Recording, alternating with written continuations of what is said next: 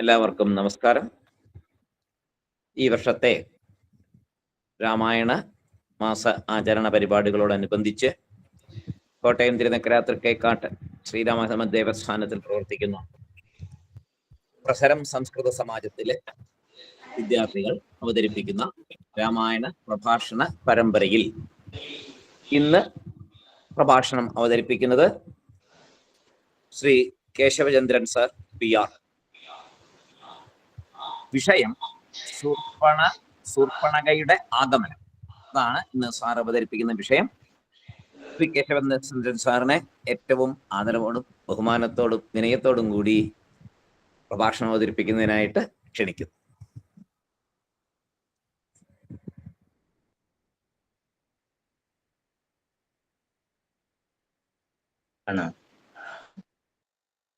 എല്ലാവർക്കും നമസ്കാരം. ഓം ഗും ഗുരുഭ്യോ നമ. ഓം ഗം ഗണപതയേ നമ. ഓം സ്വം സരസ്വത്യേ നമ. രാമായ രാമഭദ്രായ രാമചന്ദ്രായ വേധസേ രഘുനാഥായ നാഥായ സീതായ പതയേ നമ. മനോജവം മാരുതതുല്യവേഗം ജിതേന്ദ്രിയം ബുദ്ധിമതാം വരിഷ്ഠം വാദാത്മജം വാനരയൂഥമുഖ്യം ശ്രീരാമദൂതം ശിരസാ നമാമി.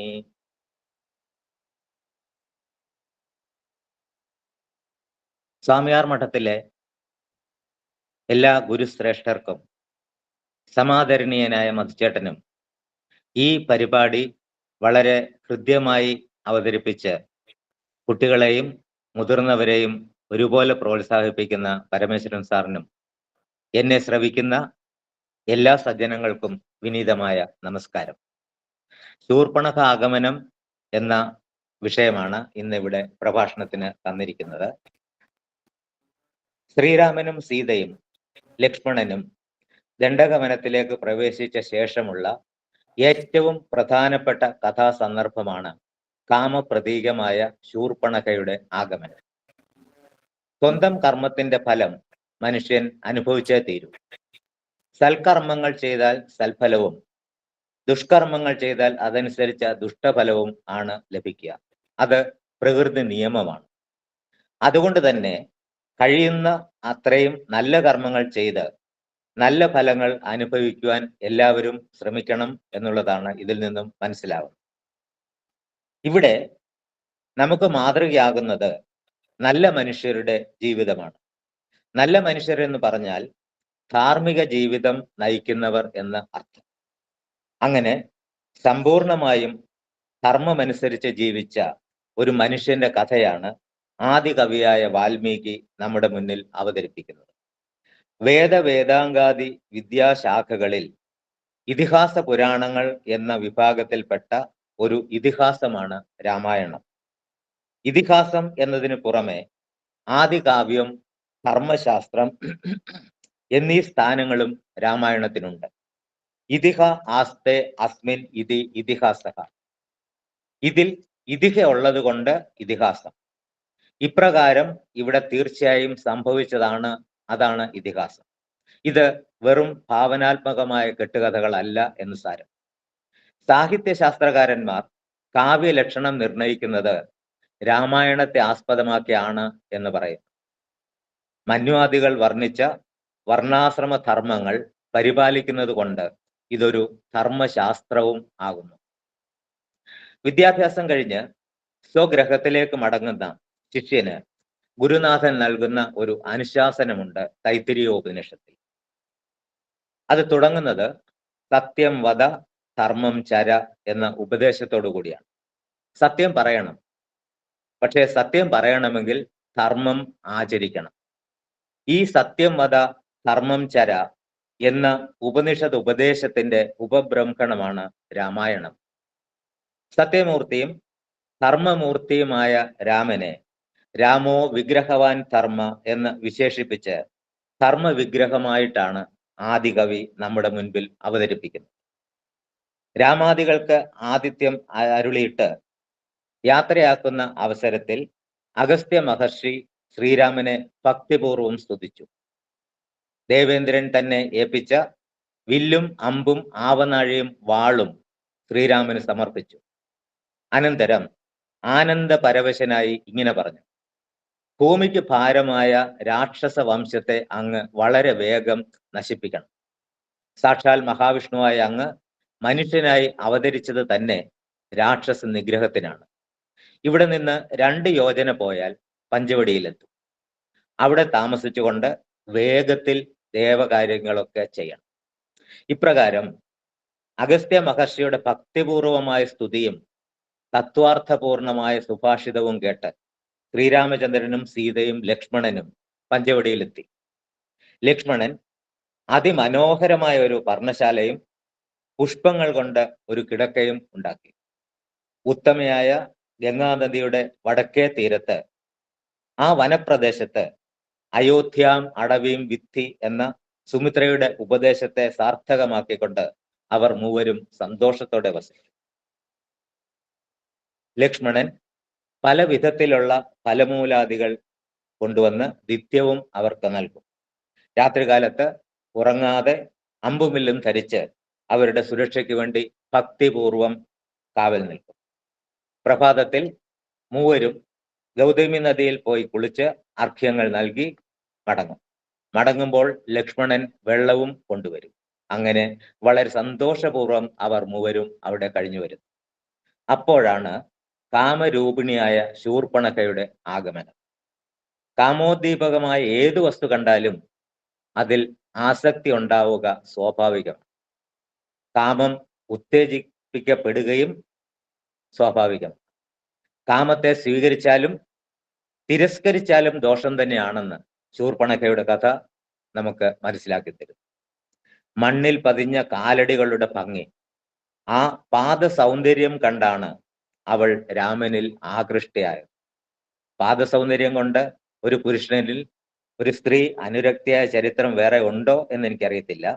ഏതായാലും എഴുത്തച്ഛൻ ആ രംഗം വിവരിക്കുന്നത് ഇങ്ങനെ: ഗൗതമീ തീരെ മഹാകാനനെ പഞ്ചവടി ഭൂതലെ മനോഹരെ സഞ്ചരിച്ചിടുന്നോരു യാമിനീചരി ജനസ്ഥാനവാസിനിയാകിയ കാമരൂപിണി കണ്ടാൾ കാമിനി വിമോഹിനി പങ്കജധ്വജ കുലിശാങ്കുശാങ്കിതങ്ങളായി ഭംഗി തേടിയിടും പദപാദങ്ങൾ അതുനേരം പാദസൗന്ദര്യം കണ്ടു മോഹിതയാകയാലെ കൗതുകം ഉൾക്കൊണ്ടു രാമാശ്രമം അകമ്പുക്കാൾ എന്ന്. അപ്പം ജനസ്ഥാനത്ത് എന്നാണ് പറഞ്ഞിരിക്കുന്നത്. ഈ ജനസ്ഥാനം എന്ന് പറഞ്ഞത് ദണ്ഡകാരണ്യത്തിന്റെ ഒരു ഭാഗമാണ്.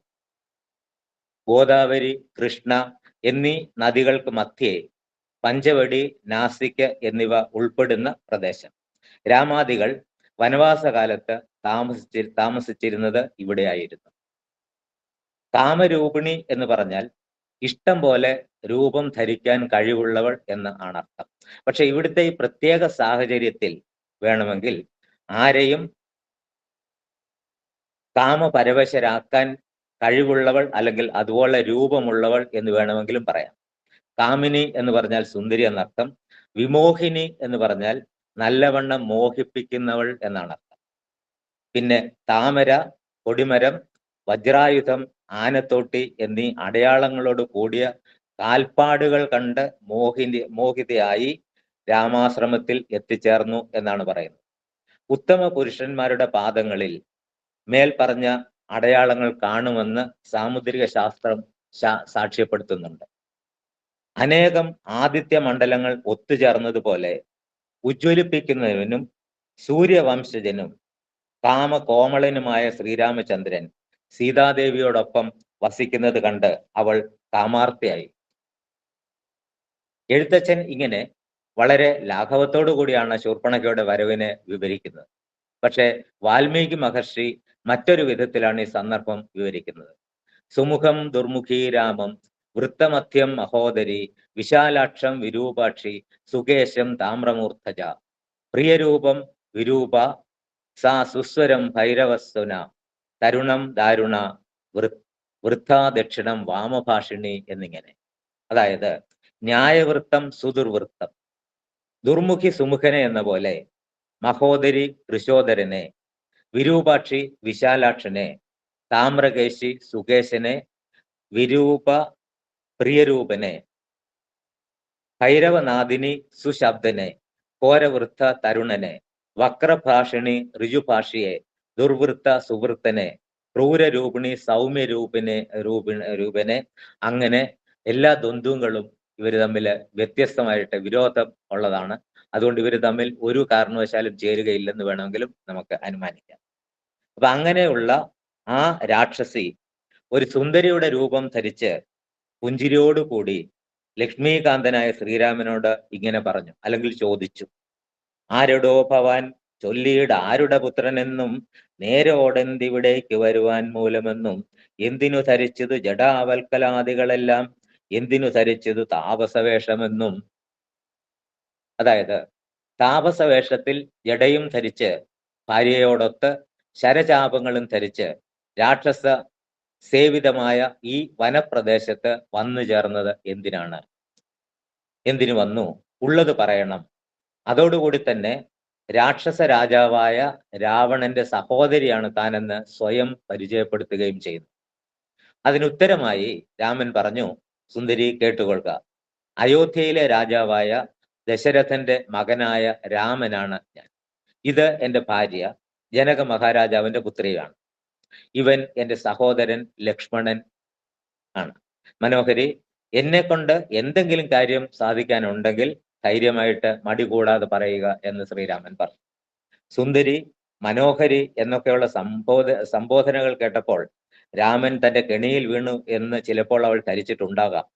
അതുകൊണ്ട് തന്നെ യാതൊരു മടിയുമില്ലാതെ, യാതൊരു മറയുമില്ലാതെ അവൾ തന്റെ ഇംഗിതം വെളിപ്പെടുത്തും. എന്നോട് കൂടി രമിച്ചു കൊള്ളണം നീ, നിന്നെ പിരിഞ്ഞു പോകാൻ മമ ശക്തി പോരാ, എന്നെ നീ പരിഗ്രഹിക്കണം മടിയാതെ എന്ന്. അപ്പൊ ശ്രീരാമൻ സീതയെ നോക്കി പുഞ്ചിരിച്ചുകൊണ്ട് ഇങ്ങനെ പറഞ്ഞു: ഈ സീത എൻ്റെ ഭാര്യയാണ്, അവളെ ഉപേക്ഷിക്കാൻ പറ്റുകയില്ല. എൻ്റെ സഹോദരൻ ലക്ഷ്മണൻ സുന്ദരനും സൽസ്വഭാവിയും ആണ്. ലക്ഷ്മി ദേവിയെ പോലെയുള്ള നിനക്ക് തികച്ചും അനുരൂപനുമാണ് അവൻ. അതുകൊണ്ട് അവനെ സമീപിക്കുക. ഇത് കേട്ട് അവൾ ലക്ഷ്മണന്റെ സമീപമെത്തി വിവാഹ അഭ്യർത്ഥന നടത്തി. ലക്ഷ്മണൻ പറഞ്ഞു: ശ്രീരാമചന്ദ്രന്റെ ദാസനാണ് ഞാൻ, നീയാണെങ്കിൽ ദാസിയാകാൻ തക്കവളുമല്ല. അതുകൊണ്ട് രാമനെ തന്നെ സമീപിക്കുക. രാമൻ അവളെ വീണ്ടും ലക്ഷ്മണന്റെ അടുത്തേക്ക് തന്നെ പറഞ്ഞു വിട്ടു.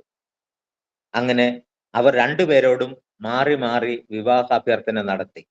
അതൊക്കെ കൊണ്ട് തന്നെയാണ് കാമമോഹിതയാണ് അവൾ എന്ന് പറഞ്ഞത്.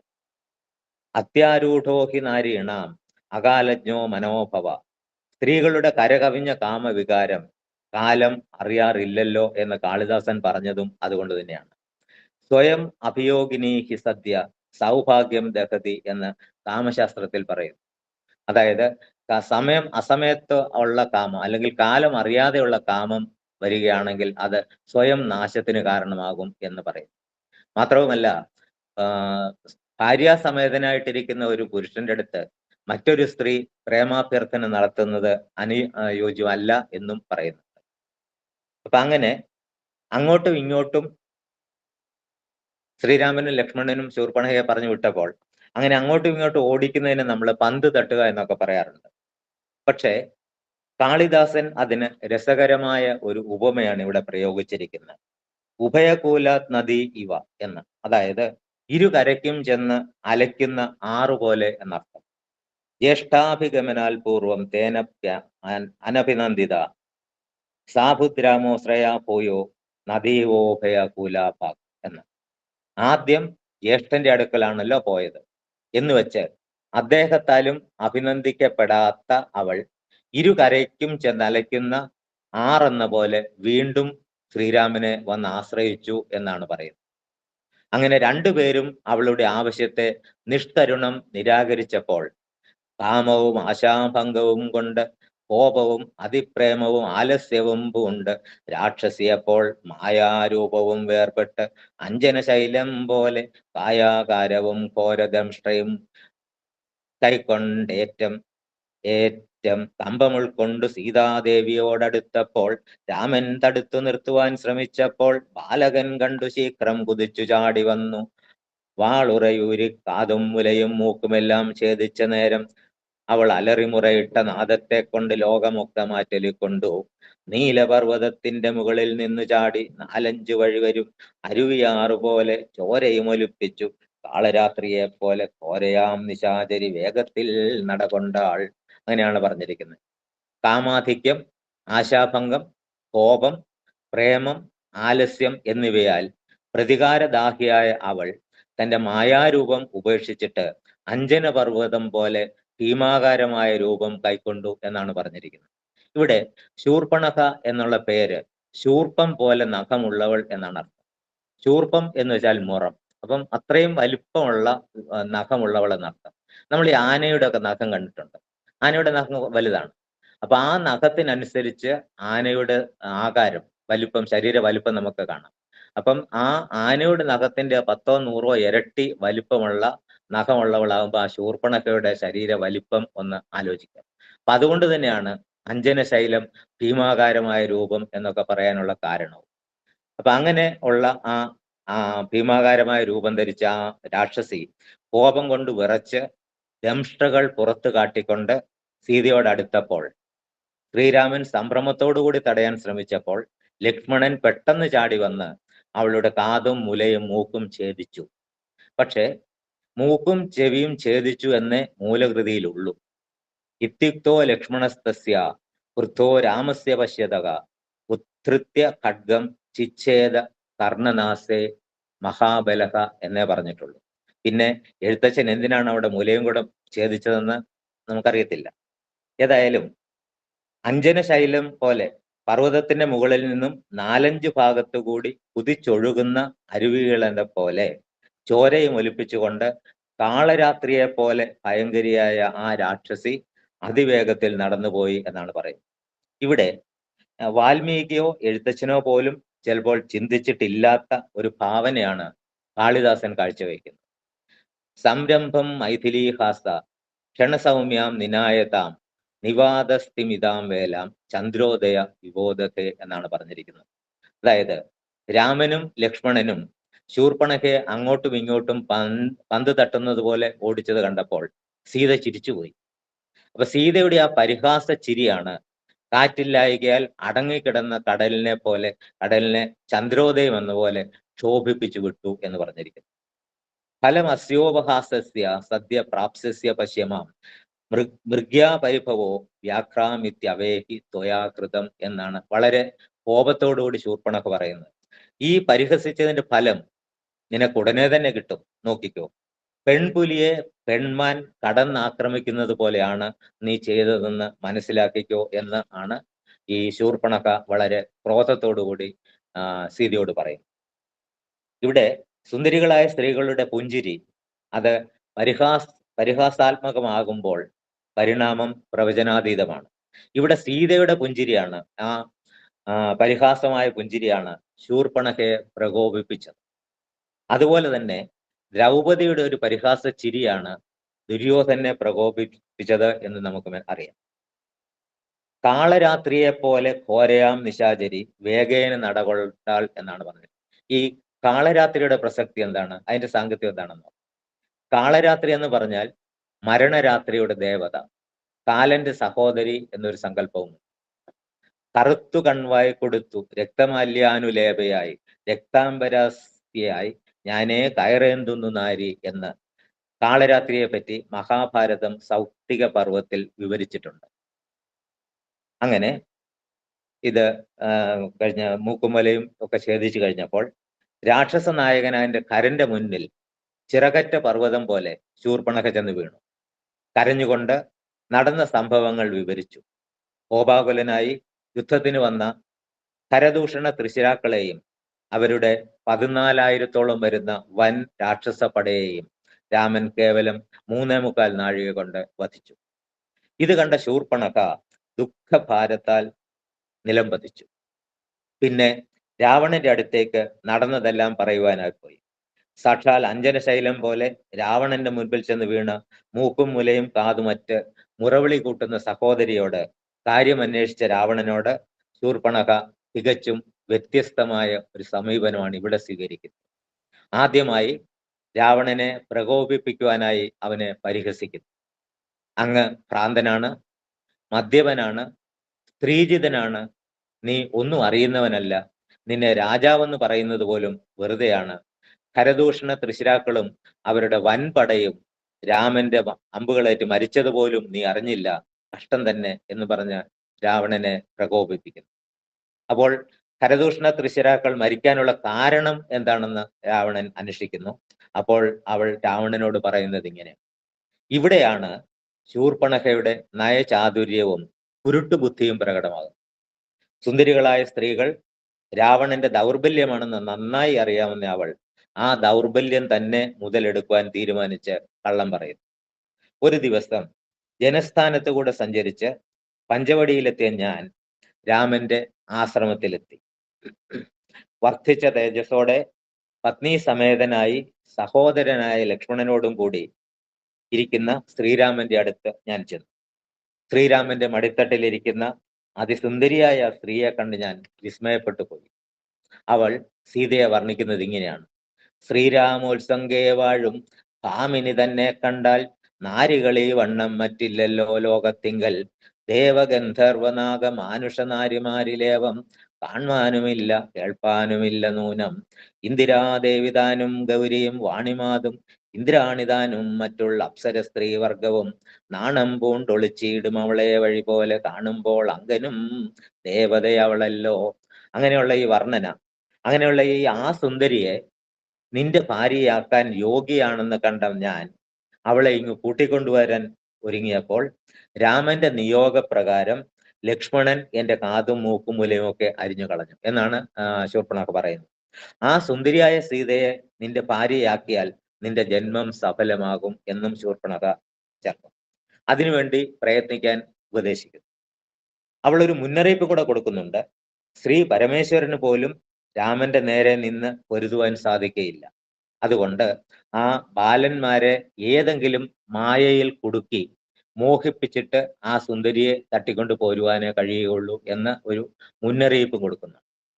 ഇപ്രകാരം ശൂർപ്പണഖ പറഞ്ഞ കാര്യങ്ങൾ കേട്ട് ബുദ്ധി കൊണ്ട് കണ്ട് ധനജന ബല ദർപ്പ ഗർവിതനായ ആ നിശാചരൻ നീണ്ട ചിന്തയിലാണ്. തുടർന്ന് സീതാപഹരണത്തിന് വേണ്ടി മാരീചന്റെ സഹായം അഭ്യർത്ഥിക്കാൻ ചെല്ലും. മാരീചന്റെ പൂർവ്വകഥ അറിയാം. വിശ്വാമിത്രന്റെ യാഗരക്ഷയ്ക്ക് ശ്രീരാമനും ലക്ഷ്മണനും പോയപ്പോൾ സുബാഹു മാരീചന്മാർ അവിടെ ചെന്ന് യാഗം മുടക്കാൻ തീരുമാനിച്ചതും അതിന് പ്രയത്നിച്ചതും, അപ്പോൾ സുബാഹുവിനെ മരിക്കെ മാരീചൻ രക്ഷപ്പെടുകയും ചെയ്ത കഥ. അന്ന് തൊട്ട് മാരീചൻ ശ്രീരാമന്റെ ഭക്തനായി തീർന്നു. ശ്രീരാമന്റെ ധ്യാനത്തിലും ഭക്തിയിലും മുഴുകിയിരിക്കുന്ന ആ മാരീചന്റെ അടുത്ത് സീതയെ അപഹരിക്കുന്നതിനായിട്ട് പൊന്മാനായി ചെന്ന് സീതയെ ആകർഷിക്കണമെന്നും രാമലക്ഷ്മണന്മാരെ അകറ്റണമെന്നും ഒക്കെ ആവശ്യപ്പെട്ടപ്പോൾ മാരീചൻ അത് നിഷേധിക്കുന്നു. ശ്രീരാമന്റെ മഹത്വവും ശൗര്യവും ഒക്കെ വിവരിച്ചിട്ട് മാരീചൻ പറയുന്നതാണ് വളരെ പ്രസിദ്ധമായ ആ വാക്യം: രാമോ വിഗ്രഹവാൻ ധർമ്മ സാധു സത്യ പരാക്രമ രാജാ സർവസ്യ ലോകസ്യ ദേവാനാമ വാസവ. അപ്പം രാമൻ ധർമ്മ വിഗ്രഹമാണെന്ന് മാരീചൻ രാവണനോട് പറയുന്നു. വിഗ്രഹവാൻ ധർമ്മ, വിഗ്രഹവാൻ എന്ന് പറഞ്ഞാൽ ഒരു വിശേഷേണ ഒരു ഭാവത്തെ ധരിച്ചവൻ എന്നർത്ഥം. രാമൻ ധരിച്ചിരിക്കുന്ന വിശേഷമായ ഭാവം ധർമ്മമാണ്. അതുകൊണ്ടാണ് രാമനെ വിഗ്രഹവാൻ ആയിട്ട് അവതരിപ്പിച്ചിരിക്കുന്നത്. പിന്നെയോ പരാക്രമിയാണ്, സാധുവാണ്. പിന്നെ ഒരു കാര്യം കൂടെ പറയുന്നുണ്ട്: രാജാ സർവസ്യ ലോകസ്യ എന്ന് പറയുന്നുണ്ട്. സർവ്വലോകങ്ങളുടെയും രാജാവാണ് രാമൻ. പക്ഷെ നീയോ ഈ ചെറിയ ലങ്കാ രാജ്യത്തിന്റെ രാജാവ് മാത്രമാണ്. അങ്ങനെ ഒരു പരിഹാസവും ചൊരിയുന്നുണ്ട്. അപ്പൊ അങ്ങനെയുള്ള രാമൻ ദേവന്മാര് ദേവേന്ദ്രനായി കാണുന്നു. അപ്പൊ അങ്ങനെയുള്ള പരാക്രമിയായ രാമനോട് ഏറ്റുമുട്ടാൻ നീ ആളല്ല എന്ന് വളരെ വ്യക്തമായിട്ട് ഈ മാരീചൻ പറയുന്നു. പക്ഷെ രാവണൻ അതൊന്നും ചെവിക്കൊള്ളുന്നില്ല. ഒടുവിൽ ഭീഷണി വന്നപ്പോൾ മാരീചൻ പൊന്മാനായി പോവുകയും സീതയെ ആകർഷിച്ച് രാമലക്ഷ്മണന്മാരെ അകറ്റി. ബാക്കിയുള്ള കഥയൊക്കെ നമുക്ക് അറിയാം. ഈ പിന്നെ സീതാപഹരണവും ഒക്കെ. അപ്പൊ ഇവിടെ ശൂർപ്പണഖയെ ഒരു വില്ലൻ കഥാപാത്രമായിട്ടാണ് അവതരിപ്പിച്ചിരിക്കുന്നത്. പക്ഷേ സീതാപഹരണത്തിനും തുടർന്ന് രാമരാവണ യുദ്ധത്തിനും രാവണവധത്തിനും കാരണഭൂതിയായത് ഈ ശൂർപ്പണഖയാണ് എന്നുള്ളതും ഒരു വസ്തുതയാണ്. ഒരു കാര്യം കൂടെ പറയാം. ഈ കാമത്തെ നിഗ്രഹിക്കുവാൻ ഇവിടെയും സാധിക്കുന്നില്ല, അംഗഭംഗം വരുത്താൻ മാത്രമേ സാധിക്കുന്നുള്ളൂ. ഇങ്ങനെ അംഗഭംഗം സംഭവിച്ച കാമം കൂടുതൽ വിനാശകാരിയായി സർവനാശം തന്നെ വരുത്തും. നമ്മുടെ ചുറ്റും നടന്നുകൊണ്ടിരിക്കുന്ന പല സംഭവങ്ങളും പലവിധ കലഹങ്ങൾക്കും ദുഃഖങ്ങൾക്കും ഒക്കെ ഒരു പരിധി വരെ കാമം തന്നെയാണ് കാരണം എന്ന് കാണാം. അതുകൊണ്ട് കാമവാസനകൾ ഉണ്ടാകാൻ ഇടയുള്ള സാഹചര്യങ്ങളിൽ നിന്ന് പോലും മാറി നിൽക്കുന്നതാണ് ബുദ്ധി എന്ന പാഠമാണ് ശൂർപ്പണഖലയുടെ നമുക്ക് ലഭിക്കുന്നത്. എൻ്റെ എളിയ വാക്കുകൾ ഗുരുപാദങ്ങളിൽ സമർപ്പിക്കുന്നു. നന്ദി, നമസ്കാരം. കായേന വാചാ മനസേന്ദ്രിയൈർവാ ബുദ്ധ്യാത്മനാ വാ പ്രകൃതേ സ്വഭാവാത് കരോമി യദ്യത് സകലം പരസ്മൈ നാരായണായേതി സമർപ്പയാമി. നാരായണായേതി സമർപ്പയാമി. സാറിനെ പോലെയുള്ളവരുടെ സാന്നിധ്യമാണ് നമ്മുടെ ഈ സ്വാമിയാർ മഠത്തിലെ ഈ പ്രോഗ്രാമിന്റെ വിജയം. അപ്പോ ഒരുപാട് തിരക്കിനിടയിലും ഇതിനൊരു സമയം കണ്ടെത്തി ഇതിനകത്ത് പാർട്ടിസിപ്പേറ്റ് ചെയ്തതിന് ഞങ്ങളുടെ എല്ലാവരുടെയും സന്തോഷം സാറിനെ അറിയിക്കുന്നു. ചേട്ടാ, ഞങ്ങളുടെയൊക്കെ വലിയ ഭാഗ്യമാണ് സാർ ഇങ്ങനെ ഒരു അവിടെ വരാനും എല്ലാവരും നല്ല ആൾക്കാരെ എല്ലാം പരിചയപ്പെടാനും പറ്റിയത്. അതാണ് ഏറ്റവും വലിയൊരു ഭാഗ്യം. സാറേ കേക്കാവോ? കേക്കാം. ആദ്യം എന്റെ ഫോൺ ഡിസ്കണക്ട് ആയി പോയി, അതുകൊണ്ട് കുഞ്ഞുങ്ങളെ പറ്റി ഒന്നും പറയാൻ പറ്റിയില്ല. സാരല്ലേ, നമ്മളെ കുഞ്ഞുങ്ങളല്ലേ, കുഴപ്പമില്ല. അഹരാത്രിയെയും അദ്രിതും ശ്രീഹരിജി നായരും ഗായത്രി നായരും അവൾക്ക് കൊടുത്ത ദൗത്യം ഭംഗിയായി തന്നെ യഥാഭാഗം നിർവഹിച്ചു എന്ന് പറയാൻ വേണ്ടിയിട്ടാണ് ആദ്യം ഈ സമയമെടുത്തത്. അവർക്ക് എല്ലാ അഭിനന്ദനങ്ങളും ഞാൻ അർപ്പിക്കുകയാണ്.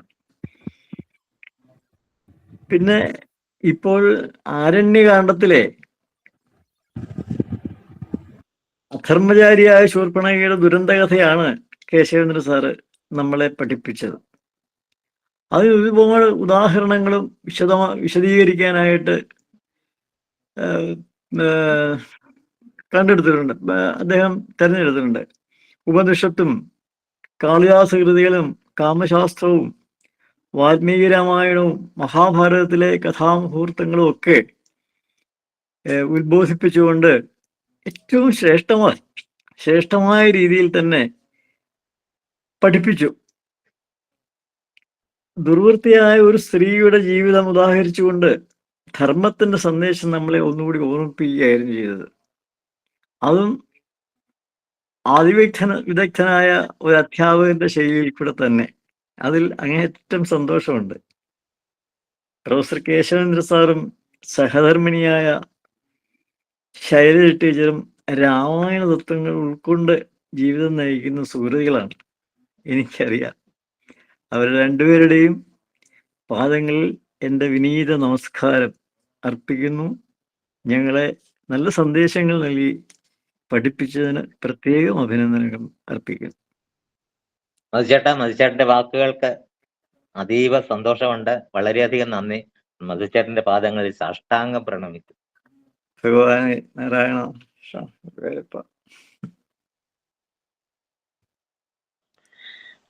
നമസ്തേ. വളരെ നന്നായിരുന്നു കേട്ടോ, ഗംഭീരായിരുന്നു, നല്ല പ്രൗഢമായിരുന്നു, നല്ല പരന്ന വായനയുടെ പ്രതിഫലനം ഞങ്ങൾക്കെല്ലാം ഒരുപാട് കാര്യങ്ങൾ പഠിക്കാൻ പറ്റി. കേശവചന്ദ്രന് നന്ദി. Thank you sir. Thank you. വളരെ നന്നായിരുന്നു, നന്നായിട്ട് ആസ്വദിച്ചു. രാമായണം ഈ പുണ്യമാസത്തിന്റെ ഒരു പുണ്യം ഇങ്ങനെയുള്ള പ്രഭാഷണങ്ങളിൽ കൂടിയാണ് ശരിക്കും പറഞ്ഞ അനുഭവിക്കുന്നത്. Thank you sir. വളരെ നന്ദി സർ. വളരെ വിജ്ഞാനപ്രദമായിരുന്നു ഇന്നത്തെ പ്രഭാഷണം. ഒരുപാട് അറിവുകൾ ഞങ്ങൾക്ക് കൂടുതലായിട്ട് കിട്ടി. നന്ദി സർ. സാറേ വളരെ നന്നായിരുന്നു. Very good. സാറേ, മതിച്ചാട്ടന്റെ വാക്ക് കടമെടുത്തോണ്ട് പറയാണ്. സാറേ അടിപൊളിയായിരുന്നു, തകർത്തു സാറ്. മഹാഭാരതത്തെയും കാളിദാസന്റെ കൃതിയെയും വാൽമീകി രാമായണവും ഒന്ന് വേണ്ട, സ്ത്രീകളുടെ പരിഹാസ ചിരിയിൽ ഒളിഞ്ഞിരിക്കുന്ന ആ വൻ വിപത്തും പിന്നെ സൗന്ദര്യത്തിന്റെ പ്രതീകമായ സീതയുടെ ആ വർണ്ണനയൊന്നും വിട്ടുകളയാതെ സാറിപ്പം മുഴുവൻ രാമായണം പറയുന്ന പോലെ ഒരു പ്രതീതി തോന്നി. വളരെ ശൂർപ്പണഖയുടെ ആഗമനമാണ് ഉദ്ദേശിച്ചെങ്കിലും ഏകദേശം വളരെ നല്ല സരസമായിട്ട് നല്ലൊരു പ്രഭാഷണമാണ്. Thank you sir. Thank you very much. നമസ്കാരം സാർ. നമസ്കാരം. ഇപ്പൊ എല്ലാവരും പറഞ്ഞത് തന്നെയാണ് എനിക്ക് പറയാനുള്ളത്. കൂടുതലൊന്നുമില്ല. വളരെ നന്നായിരുന്നു. പാദങ്ങളിൽ നമസ്കരിക്കുന്നു. ഭഗവാൻ അനുഗ്രഹിക്കട്ടെ.